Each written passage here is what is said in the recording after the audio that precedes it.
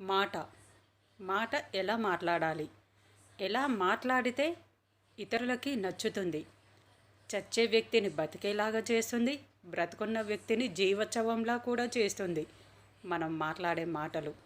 కొంతమంది ఉంటారు, ఎదుటి వాళ్ళని సూటిపోటి మాటలతో పొడవడమే వాళ్ళ పని. అందులో వాళ్ళకు ఒక రకమైన ఆనందం వస్తుంది. ఇదొక రకం వ్యక్తులు.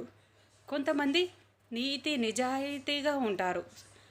అసలు ఎవరైనా కొప్పడినా కూడా నోరు లేదా అన్నట్టుంటారు, సైలెంట్గా. వీళ్ళొక రకం వ్యక్తులు. కొంతమంది ఏదైనా మాట మాట్లాడితేనే కోపం, అసలు వాళ్ళ చూస్తేనే కోపంగా ఉంటుంది వాళ్ళ మాట తీరే. కొంతమందికేమో ఇంకా సూటిపోటి మాటలు అనడమే. ఇలాంటి రకాలైన వ్యక్తిత్వం గల వ్యక్తుల్ని మనం చాలానే చూస్తుంటాం. మీరు మాట్లాడే మాటల్లో మర్యాద, గౌరవం, పెద్దల పట్ల గౌరవం ఇవన్నీ కనపడాలి. ఎలా అంటే ఎగతాళిగా చేసినట్టుగా, తీసి పారేసినట్టుగా మాత్రం మాట్లాడొద్దండి.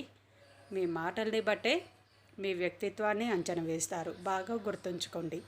అలాగే చిన్నపిల్లలకు కూడా చిన్నప్పటి నుంచి నేర్పించండి ఎలా మాట్లాడాలి, ఎదుటి వ్యక్తితో మర్యాదగా మాట్లాడాలి అని నేర్పించండి.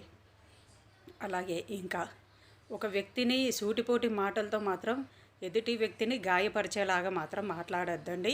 అందులో వచ్చే ఆనందం కన్నా వారికి మీ పైన కలిగే అగౌరవమే ఎక్కువ ఉంటుంది. అయినా వాళ్ళు ఏ అన్యాయం చేశారని అలాంటి సూటిపోటి మాటలతో మాట్లాడతారు?